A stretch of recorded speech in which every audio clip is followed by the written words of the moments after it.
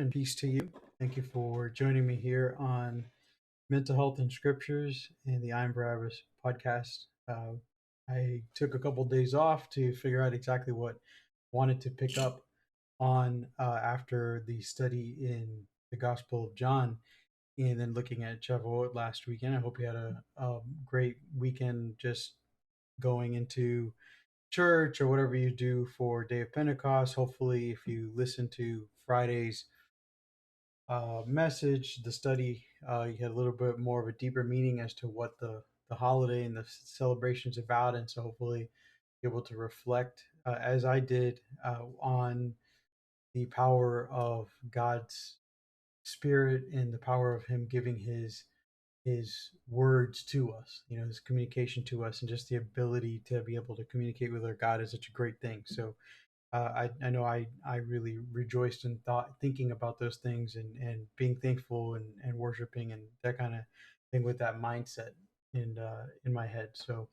it took a couple days to plan out what I wanted to do for the next few weeks, and based on some interactions I had on social media, I thought, you know what, I think it would be a good idea to cover the concepts of spiritual abuse in the church, right? And to integrate, some of the mental health stuff into it and to look at scriptures. But also, the last series was primarily Bible study with some integration. This time, I want to uh, look at this perspective, um, or look from this perspective, and that's this, like the effects of spiritual abuse on the people in the church, and then to look at scripture and to see how we can define it, where spiritual abuse originates from, how we can be better prepared to deal with it, and how maybe even as leaders we can learn to avoid abusing those in our care. And it really just, I think it fits in well with the message that we looked at when we looked at Jesus talking about being the good shepherd, and how we in our churches today seem to be lacking in the um, amount of good shepherds that are out there. There tends to be a lot more people out there that are self-focused and looking at their own interest and looking at how they can continue to hold on to their own power rather than looking out for their flock, or for the flock that belongs to Jesus. So what we're doing is we're going to be looking at this book to help kind of guide this study. Read this book a couple of years ago. The first came out, I think, in 2020. So yeah, back, so wow, it's 3 years now. And it's written by Diane Langberg. And I had to admit, like, and I got my master's degree and everything else in on my education back in 2012, and I've been teaching since then. Yet uh, she eluded me as somebody who was a source to look at for just in general, like counseling materials and how to help those who are suffering. And if I, during that time in 2020, there was a lot going on. And so like on Twitter, there was more discussion about suffering, about seeing from the perspective of others, what they're going through. And her name started to pop up in some of the Twitter feeds and conversations I was in. And so I was like, wow. So I grabbed a couple of her books. I grabbed this one. And what's funny is I went into reading the book, and you can see the cover over my shoulder there: Redeeming Power, Understanding Authority and Abuse in the Church. Uh, and I got the book thinking, okay, this will help me to work with people who have been abused, like understanding authority and abuse in the church. And this will kind of give me a better background of knowledge to be able to help those people, because I've already at that point was already coming across more and more of those kinds of people. I think with the events of 2020, pandemic, and George Floyd being killed, and just all the stuff that was going on, there were more and more people who were realizing their churches weren't safe spaces. And so I wanted, and coming to me with those kinds of concepts. And so I just wanted to, better educate myself on the subject. And that's how I got into this book. And then in studying the book and reading it, I realized exactly what had happened to me and my wife, and the abuse that we had gone through as well. Before when we went to help people that had been through spiritual abuse, it was more like, okay, we've been through this too, using other basic concepts from psychology and counseling and trying to integrate them, but then overall just kind of relying on our own experience and trying to connect with people and empathize and listen and believe and all that kind of stuff. But as I read this book, I realized, wow, I went through a lot of stuff actually, and someone can put it into words like exactly the process which abuse happens in the churches. And that's what Dr. Langberg is able to do. She put into exact words, a language, concepts of what was going on. And so I thought, you know what, this would. So I actually learned a lot, and it was actually healing for me to identify, what some of those things were, what some of those tactics were, and then to look for, when in looking for new churches, how to find safe spaces, right? Because when you kind of see exactly what's being done, that's what this book does. It really breaks down for the reader exactly how abuse happens in churches, how the systems work to enable those who are in leadership to continue to hold their power and to do that by denying the truth and power that belong in their sheep, right? And so uh, I thought, you know what, this would be a great study to go through. We've got plenty of scripture to look at to support us, and what we're going to do is go through it as slowly as possible. I don't want to go through it too fast. So this morning, with this session, what I want to do is I want to look at the prelude.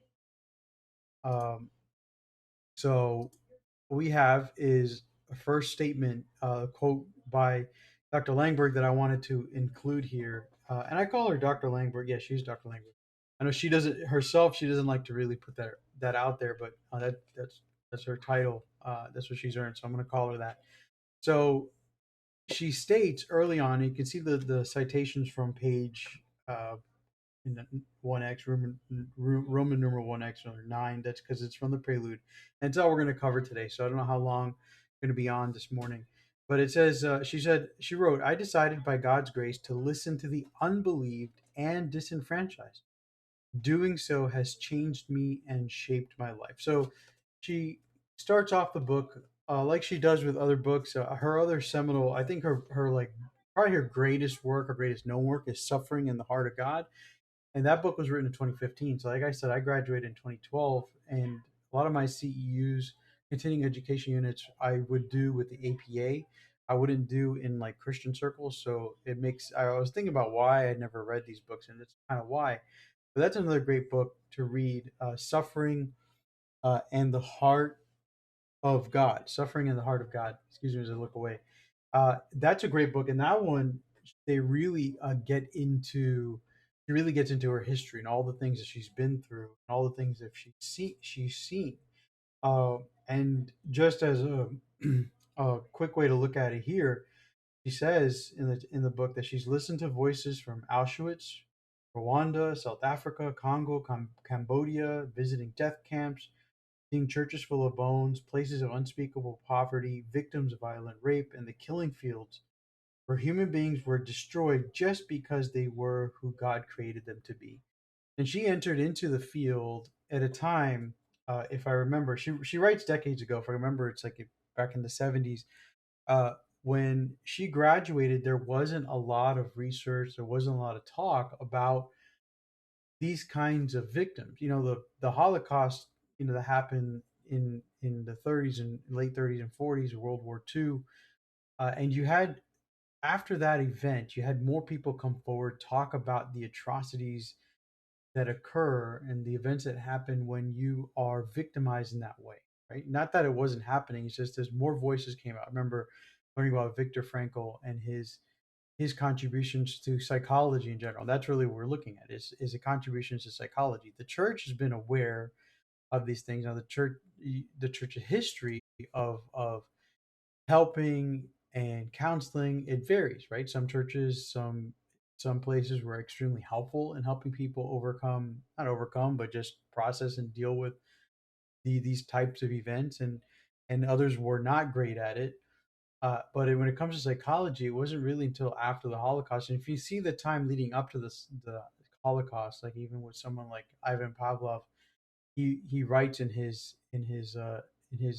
research how he was looking for a way to end the sufferings of mankind. Right, when you if you are familiar with Pavlov, most people go through psychology class, like, or at least learn basic psychology in like high school, learn about Pavlov's dog. So if that sounds familiar, he was doing those experiments to try to find a way to alleviate human suffering through scientific inquiry, and he was living in Russia in before World War II. So I think between the two world wars was when that quote was written, and there was just a lot of human suffering then. There was poverty, there was famine, uh, and and so again, like I said, he was trying to do it in the related fields, psychology and physiology and animals and everything else, trying to find ways, solutions. Freud didn't really. He focused on a lot of things. He focused on repression and more about how society represses things. So it wasn't much about suffering so much as, like, I think if we were free, we wouldn't suffer as much. Free to express whatever we want to express. And so his research wasn't really there. But yeah, it was after World War II when more voices came out, and existentialism and Soren Kierkegaard and people like that started to come forward and say, you know what, we need to figure out why we do these things to each other. And as Dr. Langberg says here, it she pretty much had to learn on her own because she was in the field as it was only growing, how to help people who have been, as she quotes here and defines, as those people who are unbelieved and disenfranchised. And when it comes to abuse, that's really like the best way to describe how they feel and how those people experience abuse. When people experience abuse, one of the first things that others do to them is fail to believe that their abuse is real, and in or that it's as significant as they might say. It's so easy. I remember not too long ago, sharing with someone, how some experiences I had with that I interpreted as racism and something to do with uh, just some official events that had happened, and the person's response was one that made me feel unbelieved, and that my experience wasn't as valid as I thought it was, right? And that's usually the response that people have. It's very natural to do that. Another thing that people like to do is blame others for what they did. So, like, what did you do then? Like, oh, my husband pushed me and I fell down and I hit my head on the wall. It's like, oh, wow, what happened? Like, what did you do? What was going on? And indirectly, even if they don't say like it must have been your fault, with those kinds of questions will make you think it's your fault, right? One of the most powerful things you can tell someone who's telling you about abuse that they've gone through is to listen and to say, I want to tell you something. I believe you. I believe that this is something that happened, and that this happened to you. And that's like the most powerful thing you can do at the beginning. I only know that because of the things I've studied and reading books like this, right? I've definitely been guilty of in the past of hearing somebody say, tell me their stories of abuse and just be like, in my head, like, what do I say? What do I do? If anything, that's like the most common thing too. It's like, what do I say? But the worst thing to do is to go ahead and communicate any kind of way that you don't believe them. To be disenfranchised means to be put out in the margins. So those who are abused aren't put into the center of attention. They're not called and say, "Hey, look, this person right here in our community. They're telling us that they've been abused in such a way. They've been abused by this institution. They've been abused by in this relationship. They've been abused in this situation." No, we don't tend to do that as a society. We tend to, because we don't believe them or we communicate like it's their fault. What ends up happening is they end up getting pushed out to the fringes and to the sides of society, at the margins, and to become the disenfranchised. And so, in her experience, as I have the quote here, she decided to listen to these people and those who've been unbelieved and disenfranchised. And she talks about then how it shaped and changed her life. Right? She sat with them and she learned from them. And that's really important, a really important concept to understand. And then she said that as she was learning more about people who've been abused and learning from them and learning, what their experiences were, there was this major, what's called like cognitive dissonance. It was just this like explosion of thought where they just blast into each other. And it's like, you know what, these two things don't work together. And so she says in the book, then one day everything collided as I began to realize that Christians in leadership positions were also abusing those under their care. I learned that what happened in families also happens in the family of God. And so she started off her experience, Dr. Langberg started experience talking to people who've been to Auschwitz, who were in like some of the worst death camps in the world, Rwanda and Congo. If you saw like movies like Blood Diamond or whatever, like the atrocities that have happened in those places, she went into those places after, Auschwitz, obviously not right away. She spoke to survivors, years after, but in she talks about in Suffering in the Heart of God how she went into places in Africa after these bloody massacres to go and just be a voice and just to be an ear, really. And so that's how she built up her experience. Hotel Rwanda, that was the other movie I was thinking about from the 90s. It was like a terrible movie, just what it depicted. I remember watching with my cousins, and then we were like, why did we watch this movie? We were all like in our teens, and we didn't understand why we took the time to watch that movie. It was just so horrible. And then, so she's learning about abuse. She's learning about the victims of abuse. She's learning about what they go through. And then she starts to notice that these same types of things are happening in the church. And as you notice, like it says, everything collided, meaning her concept of what it meant to be safe, what it meant to be a victim. It's easy to create a dichotomy in your mind. Like this is the world. The world abuses people. The world marginalizes people. The world tells people you're the reason why bad things happen to you.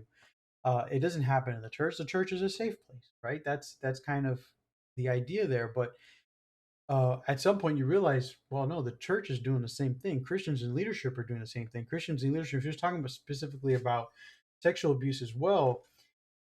And it was like, father commits this act of incest with his daughter. Wow, this is terrible, but it's happened throughout history. So how do we help the girl, the daughter who's been through it? It wasn't her fault. It wasn't, she didn't like tempt her dad. Her dad was the person who committed the act of evil, and her dad was the one who was wrong in every single way. Her dad is supposed to protect her. Okay, so that's okay. This is family, this is what we understand. But what she's saying here, she's realizing that same kind of event would happen in the church, and it'd be dismissed or ignored, or people wouldn't be believed the same way it was happening in families, right? And so that's what led her to decide to start to work on this issue in the church, and culminated in this writing here. Now, in this prelude, she talks about systemic abuse. Okay, so it's really important for us then to define what systemic abuse is. Okay, and so the first thing we need to understand is what is a system. And so this is, I'm getting the quotation from the Suffering, the earlier book, Suffering in the Heart of God, from 2015. And so she writes in there, a system consists of things or people so closely connected as to make an organic whole. A system has power significantly greater than any one of its parts, and all that power is brought to bear when that system is threatened. Okay, and this idea is something about a system, and about the church being a system is not something that's far-fetched or impossible to apply, right? Like it says, a system consists of things or people so closely connected as to make an organic whole. And Paul teaches this concept about the body of Jesus, the community, the church being a system. And he compares it to the physical body, right? So I have the quotation there, a citation from 1 Corinthians chapter 12, verses 14 through 20. And it's the anecdote which you've probably heard in church multiple times if you're someone who's grown up in church. If you haven't, I'll go ahead and read it for the sake of just experience and coming to understand this in context. For the body is not one part, but many. If the foot says, since I'm not a hand, I'm not part of the body, is it therefore not part of the body? And if ear says, since I'm not an eye, I'm not part of the body, is it for this reason any less part of the body? The whole body were an eye, where would the hearing be? If the whole were hearing, where would the sense of smell be? But now God has placed the parts, each one of them, in the body just as He desired. If they were all one part, where would the body be? But now there are many parts, yet one body. And so, usually, in the context, what this passage is taught about and used for, and what Paul is doing, is he's trying to explain to the church in Corinth that there's no part of the body that's more important than another, right? And he's talking about positions in the church and roles in the church and gifting in the church, and specifically the context. It goes into chapter 13. It's about prophecy, and the ability to speak in tongues, or what I believe to be in the languages and language of God, and so on and so forth. As you looked at in the festival Shavuot on Friday, and what that gift looked like. But it's easy, when people have like certain gifts in the church, certain positions, for people to think like, well, that person's like extra blessed or whatever. And if they don't have that gift, like, what's my role, and what do I do here? And so usually this passage and what Paul's doing here is, listen, well, no one part of the body is more important than the other, right? We need our feet, we need our eyes, we need our hands. Like, what good would it be if it was one eye? If the body was just one eye. And I remember a preacher saying, Al Adams was saying, you know, he'd like to imagine just like this big eye just sliding down the road, and like, sure, it could see but it couldn't hear, right? And so there's deficiencies, and that's the idea of a system. Now, everything has to work together. Okay, now the way that spiritual abuse works in this system is, what if the eye says, not that I'm more important, but the eye says I'm sick, and the body, out of fear or need to control or maybe some other reason, tells the eye, no, you're not, you're overreacting. No, you're not. Like, if the eye said to the body, if the eye communicated pain to you, right? Like your eye was hurting, and your brain and the rest of your body is like, it's not hurting. You just try to ignore it. What happens then, right? Does the reality of what's going on in your body matter? And Langberg uses this analogy in the body, and she talks about cancer. There are a lot of people that get sick, and it's symptoms that indicate that there's something wrong inside of them, and yet they don't get it checked out, right? And I know a couple people like that. I think about one person specifically right now that has, certain health issues, and it's very clear that there's a potential that there's something wrong with the system in their body. It could be the lungs, it could be the heart, it could be the liver, it could be the kidneys, it could be something, the digestive system, like something's going on. But out of fear, maybe not wanting to go to the doctor and find out exactly, oh wow, I've got cancer, I've got this problem or that problem, or just obstinance, like, no, I'm not sick, I'm fine, or whatever it might be, like, oh, I'll deal with it later, like, so just a need out of control. There are people who just won't get the help they need, right? And so they deny one system of their body help, and in denying that one system of their body help, eventually, that, if, let's say, if it is something like cancer or just something else, it could just spread and start to affect other parts of the body, right? And that is what systemic abuse comes down to. It is the idea that the system looks at the part that's complaining, and instead of wanting to deal with that part and deal with what the implications might be for that part saying what it's saying, instead of dealing with those implications and handling them, they'd rather go along and act like everything's okay and isolate that system and say, we're just going to keep you here. We're just going to keep you here. And that's how the system of the church works to contribute to abuse. If people rise up and they say, hey, the pastor the other day, like, he took me out to, we went out to dinner. He said he wanted to pray for me, part of discipleship. So we went out to dinner, we had some drinks, and then he made some comments about, my how I look, that I'm pretty, and it really made me feel uncomfortable, right? And so you're just sharing this with someone else at church, and so, I called it, and I said I was uncomfortable. I paid for my meal, and then I went home. There's a tendency for the system of a church, if someone else in the church hears that, to say, not say, "Wow, first I want to tell you, I believe you, believe you. This happened, because I believe you, I want to say that the pastor is in the wrong. He did something he shouldn't have done. Instead of that being the response, usually the responses are, like I said earlier, people asking questions like, well, why'd you go out to dinner with him? Why'd you let him order alcohol? Why'd you order alcohol? As if like those are things within your control, right?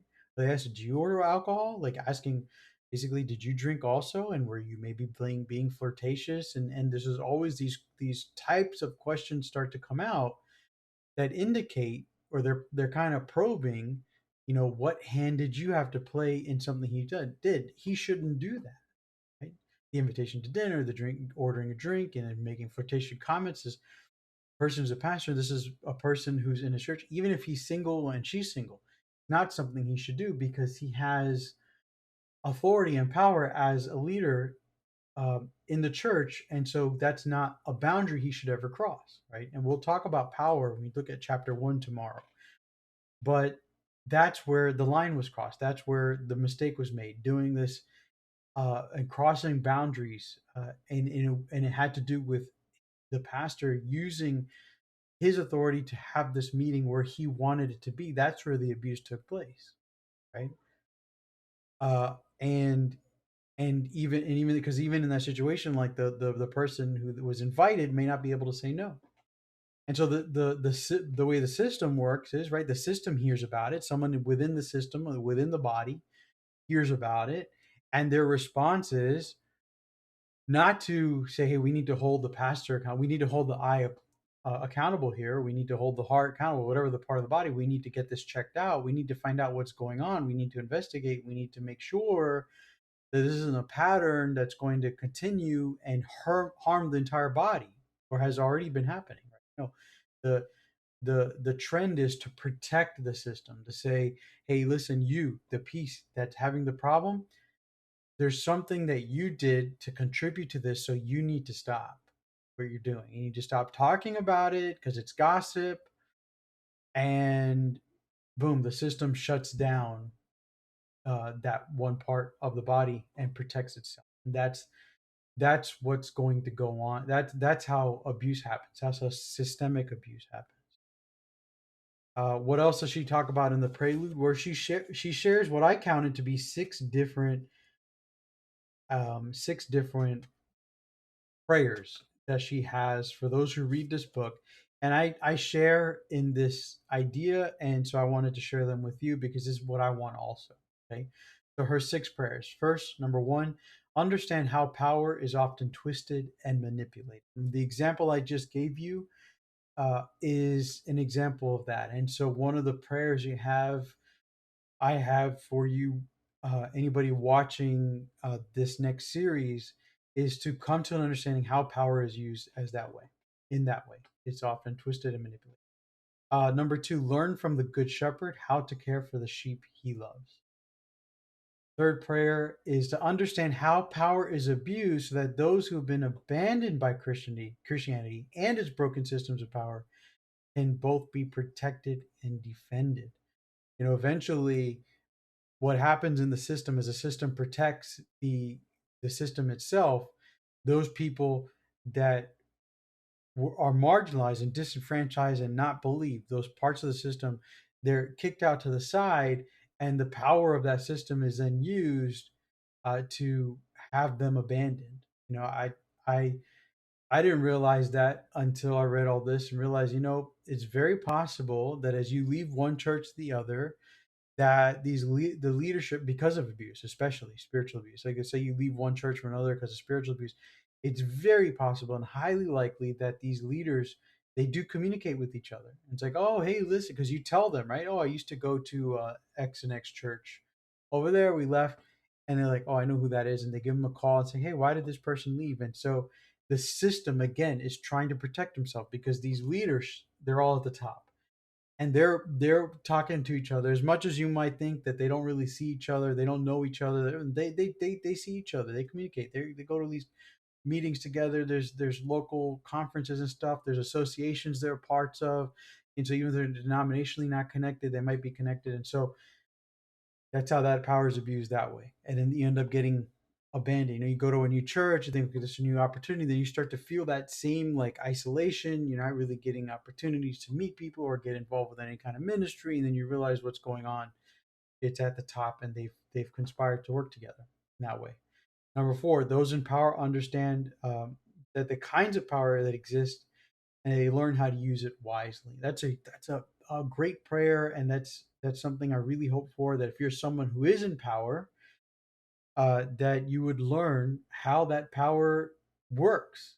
You know, one of the things that I do in my classes to try to share my power with my students, because I understand how power works, especially in a classroom. I'm a professor, their students. How does this power work, right? They automatically see me as authority. I'm the one who has the decision, holds the decision as to whether or not they get an A in the class, a B, a C, or D. I'm the one that ultimately that's where my power lies, right? In their grades. And so my power and authority, like have it's, and so that where that how that works is, if they have a disagreement or they think that something I'm teaching isn't right, they feel like they can't share their opinions because it might hurt their grade. So one of the things I do to make sure that they feel free to disagree with me and for us to have a conversation is I do not ask anybody to call me Professor Thiel. Okay. And I remember I used to have teachers like that. It's like it's Professor so and so. I remember this one biology teacher who was so bad the first class just wanted his authority to be established that I just dropped it. I was like, I'm not going to take the class here. I'll do it at a community college. I went to community college and I took it there because I was like, I'm not going to deal with a person who wants to lord over me his role as professor. That's just I hadn't had a professor like that in a long time, and so at that point I was like, yeah, I'm not going to let that happen to me again. And so I'm like, you can call me. I tell my students, you can call me Reggie, you can call me Reg, you can call me Professor if that makes you feel comfortable. And that's fine. Like I, right off the bat, I try to loosen up those feelings, and then I give them the opportunity to pray. Because prayer assumes authority, especially like a spiritual authority. So I'm like, hey, we're all in Christ. We are all equal in Him. We all have giftings of the Spirit. We're all in the body in the community. So I tell my students, hey, can someone pray, please? I'm not going to choose one because then that's my choosing. Like I picked that person to pray, just kind of like, hey, would someone like to pray? Then I give them opportunities to share devotions. Like, hey, anybody want to share a devotion next week? Please just plan one out. Let me know you're going to do it, and we'll do that together. Otherwise, I'll have something ready. And so I try to share my power spiritually in the class. I try to share my power in that sense, uh, and and I that's just understanding what I have. I want to try to dissipate that power as much as possible so we could be as equal as we can. Although I know it's never going to be perfect because ultimately grades are up to me, right? I can't do anything about that. And that's important. So number four, those in power, they understand the kinds of power that exists and learn how to use it wisely. So you have to use it. You're going to have it. You're going to have to learn how to use it. And for those who have used their power to harm others, to come to a merciful realization of what they have done. And so that's a big deal to me. If as I go through this, I don't know if people who watch this are going to be some of the people that have used their power to abuse others in the church. It's likely it may happen, right? And so hopefully you learn how you've done that if that applies to you, and then you can figure out how to undo that, how to ask for forgiveness, how to walk that stuff back and to walk in the newness of life. And then number six, and this was one that applied to me personally as I was reading the prelude, and I was like, wow, this is not going to be the experience I thought. Again, I thought I was going to read this to help others. I ended up reading this to heal and help myself. So for those who have been abused, that you would feel seen, protected, believed, and comforted. Okay. And that's my greatest desire also, that this next session will reach out to those, would find people somehow who have been spiritually abused in some kind of way, in whether in the church or by their parents or just anybody with spiritual power. I can spiritually abuse too, right? I'm a professor, a Christian college. I can use scripture, I can use prayer to as a weapon, to abuse people. And so I would, it can be anybody really. But if you've been through that, that you'd finally be seen, you'd be believed, and you finally have somebody is willing to step in front and to protect you from those who would abuse. And then finally, the last point to look at here, and it's really what Dr. Langberg uses as her primary example throughout the prelude. And the prelude's only a few pages, but she quotes from. Well, no, she doesn't quote from here, but she talks about Jesus' ability to empathize. It made me think about Hebrews chapter 4, verse 15, where you can read, "For we do not have a high priest who is unable to empathize with our weaknesses, but we have one who's been tempted in every way, just as we are, yet he did not sin." Now, what's interesting about this verse, and we can do a little bit of Bible study here. I'm going to switch over to my Logos software. What's interesting here is, and I'm aware I've got to make that a lot larger for you to be able to see, have any chance to see that. So most translations, oh, we went to verse 12 somehow. Let me change that to verse 15. Most translations today will use, instead of using the word empathize, we have a high priest who's we do not. So first of all, the chapter in the verse, the writer of Hebrews is trying to explain how Jesus is better than. He starts off with Jesus is better than the angels, he's better than Moses, and he gets to this point where he's better than the current system we have, and he's better than the high priest we have. Like looking at Judaism, because right now at that moment in Judaism, they had a high priest. He's like, we don't have one who's not able to empathize or understand what we go through, right? Comparing to the high priest of the current time, who can do that and sympathize, right? They're human beings, but then not sin. And that's the key in Hebrews chapter 4, verse 15, is that both high priests in the systems, the Judaic one and then the one that's now found in Jesus being the high priest, both can sympathize with our weaknesses, both can empathize with our weaknesses, understanding what it is we're going through and how hard it is and it's difficult because, they both existed as humans. But the difference between Jesus, why he's better than a human one, is that he was tempted in every way but didn't sin. So that's the point of the passage.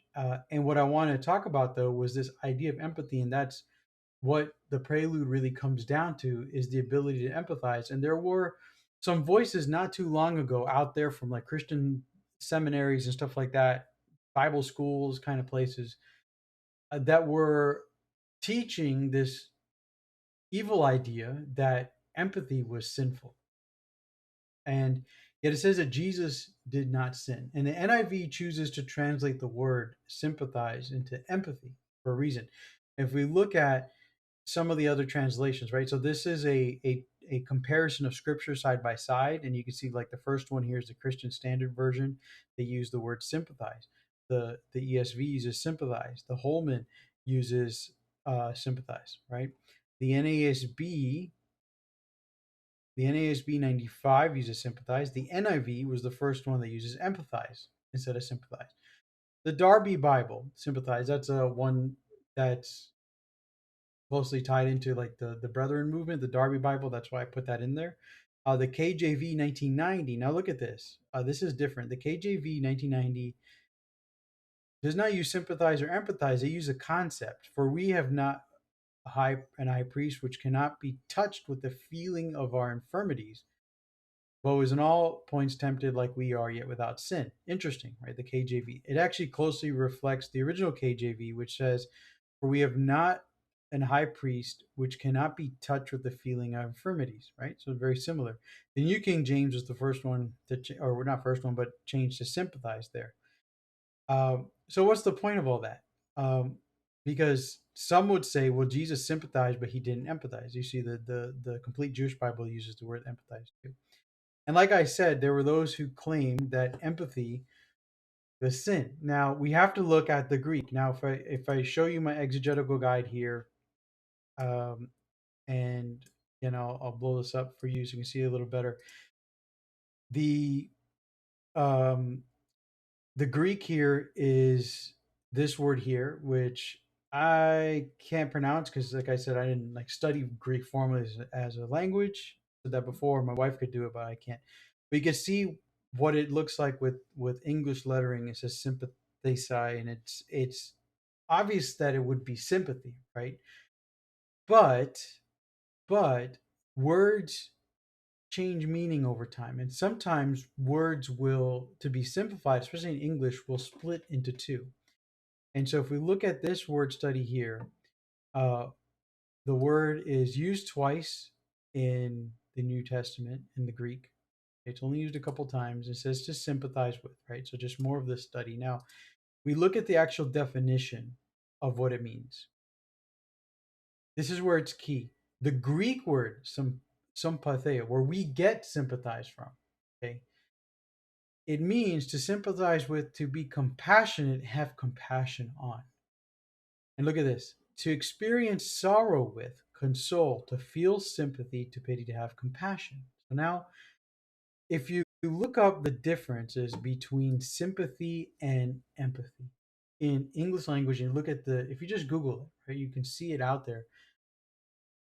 It seems like both words originate from this concept that we see here. And I notice now that that's really small. So let me see if I can make that bigger for you to see.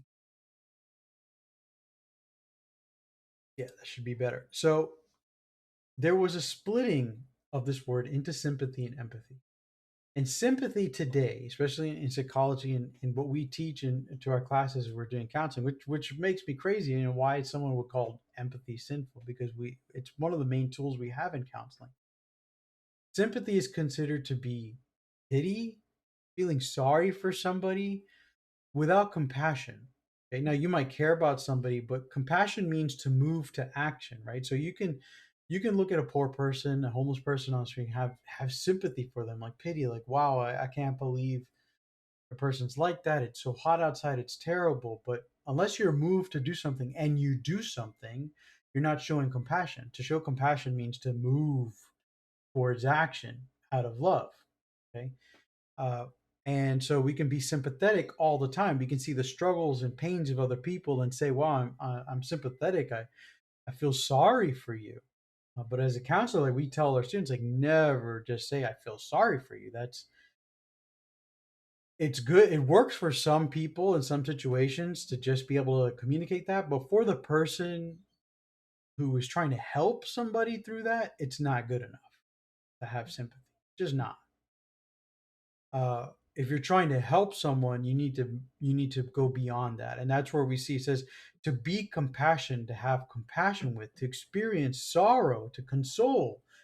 If we're going to do that, that's where we get the concept of empathy from. So you can see in the Greek, it's kind of like it's both definitions here, but in English today we have two words for these concepts. We have sympathy and empathy. And so the better translation, in my opinion, looking at the exegesis there, and that this is the word used, is to use the word empathy, or to empathize. And so we have a Jesus who can empathize with us, and he can specifically empathize with systemic abuse. He was somebody who walked in this world and saw how the systems attempted to use their power to keep people down, okay, to keep people down. In Matthew chapter 23, it's the greatest example of how he identifies all the ways the Pharisaical system used its power to keep people down. He just puts on blast the Pharisees and the leadership at that time. He says, you basically, it's where we get the concept, like, you devour the houses of widows, and the way they would treat orphans, and what they would require for sacrifices. And so Jesus, you want to go ahead and read that, like Matthew chapter 23. Jesus walked in this world. Not only did he himself suffer systemic abuse, if you think about what he went through, he suffered systemic abuse. He was there preaching the truth of God, and what he had was the system of power come down on him and say, "No, what you're doing is wrong. What you're doing does not fit into our system. So we don't believe you. We don't accept you. We don't want you."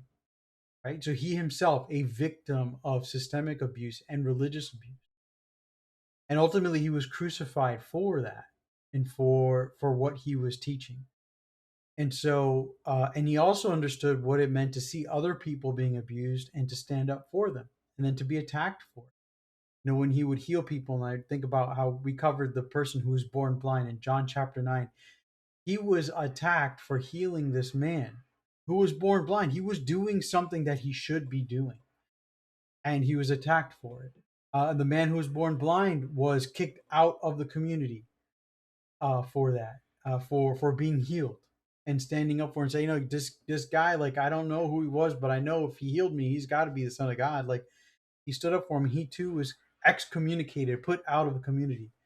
And so we can see in scripture that there are people and there are characters who have been through abuse.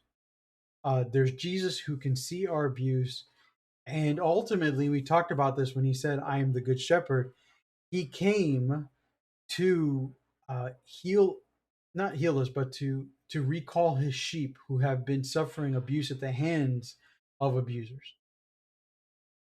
And it's a really important concept to understand as we go into this study, that empathy is not sin. Empathy is something that it belongs to God. If we know how to empathize, it's because it's part of the divine nature that God has given us, and Jesus Himself exhibited it.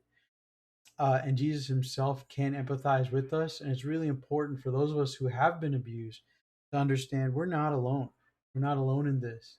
That we have a Savior who has been through it as well, and so we can huddle up with Him, cuddle up with Him for protection and understanding. And I think that's ultimately like the major point of Dr. Langberg's prelude, is for the church and people who have been abused to understand that this book is going to be for me to learn about how I was abused.